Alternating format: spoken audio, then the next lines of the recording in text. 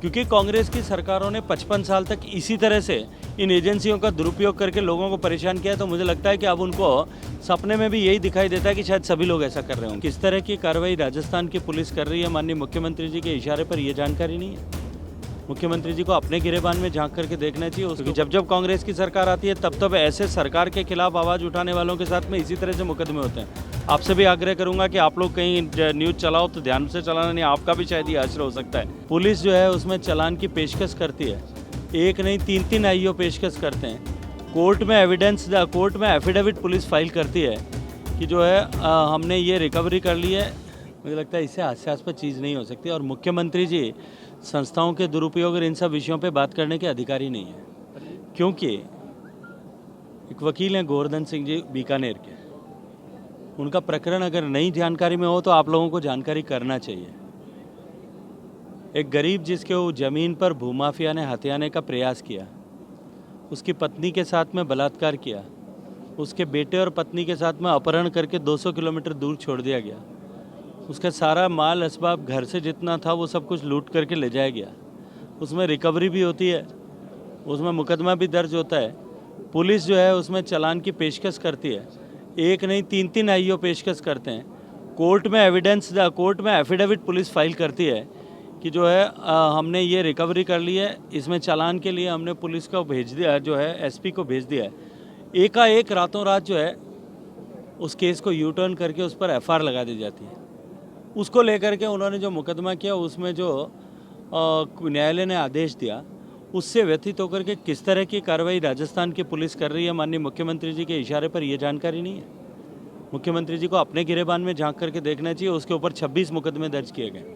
मुझे बताया गया है कि उनके जो पुराने मुकदमे थे जो पिछली कांग्रेस सरकार के समय के थे, क्योंकि जब जब कांग्रेस की सरकार आती है तब ऐसे सरकार के खिलाफ आवाज़ उठाने वालों के साथ में इसी तरह से मुकदमे होते हैं।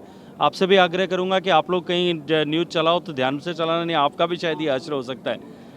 इसलिए आप जो है ऐसे मुकदमे दर्ज किए गए मुकदमों को आईजीपी लेवल के ऑफिसर ने जांच करके एफआईआर लगा दी, क्योंकि वो जांच आईजीपी ने नेशनल ह्यूमन राइट कमीशन के इंटरफेरेंस और उनके आदेश पर निर्देश पर की थी। ह्यूमन राइट कमीशन ने 1 लाख रुपए की कॉस्ट इम्पोज की राजस्थान पुलिस पे, और उन मुकदमों को वापस खोल करके आप वापस उसके ऊपर जो है शिनाख्त परेड करा रहे हो और इस तरह की परिस्थितियां पैदा कर रहे हो। इसलिए अपने गिरेबान में झांक करके देखें और फिर दूसरों के ऊपर दोष लगाएं, तो मुझे लगता है।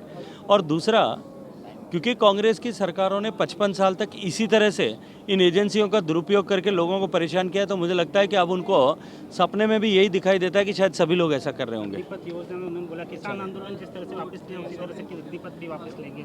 थोड़े दिन रुक जाएं, सब कुछ क्लियर हो जाएगा। जिस मुकदमे में माननीय मुख्यमंत्री जी के भाई साहब के यहाँ पे सीबीआई ने सर्च किया है, मैं पूछना चाहता हूँ वो मुकदमा किसने दर्ज किया था?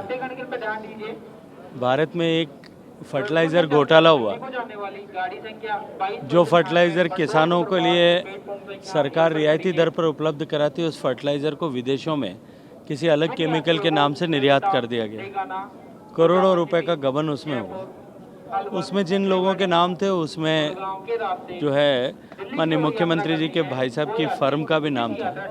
यूपीए के समय की जो प्रकरण है उसका जांच चल रही है। जांच में अगर सीबीआई जांच करती है तो इसको इस तरह से जोड़ना कि मेरे घर पे मेरे परिवार पर रेड हुई है, मुझे लगता है कि ये उचित नहीं है। और जहाँ तक ईडी का प्रश्न है, जिस मुकदमे के जो बिल्कुल से स्पष्ट मुकदमा है, अगर ईडी उसमें जांच करती है, किसी को भी बुलाती है, भारत में कोई भी जांच एजेंसी किसी भी संवैधानिक रूप से बनी हुई, वैधानिक रूप से बनी हुई जांच एजेंसी देश के 130 करोड़ लोगों में से किसी को भी बुलाता है तो शायद आपत्ति नहीं होती। लेकिन राहुल गांधी जी को, क्योंकि कांग्रेस पार्टी के लोग उनको अबाउ द सिस्टम मानते हैं, सो गांधी परिवार को अगर उनको बुलाती है तो गांधी परिवार को बुलाने पर जो है बहुत बड़ी आपत्ति होती है और बहुत बड़े जो है उसको आंदोलन का स्वरूप देने की कोशिश की जाती है। मुझे लगता है कि अगर राहुल गांधी जी ने कोई अपराध नहीं किया है तो घबराने की आवश्यकता नहीं है, चिंता करने की आवश्यकता नहीं है। जांच एजेंसी इसके साथ कोऑपरेट करना चाहिए। पहले भी वो जो है इसी मुकदमे में सोनिया गांधी जी, राहुल जी सब जो है वो जमानत पर बाहर है। अब ईडी अपनी तरफ से जांच कर रही है, अपने प्रावधानों में जांच कर रही है, इसमें कहाँ आपत्ति होनी चाहिए।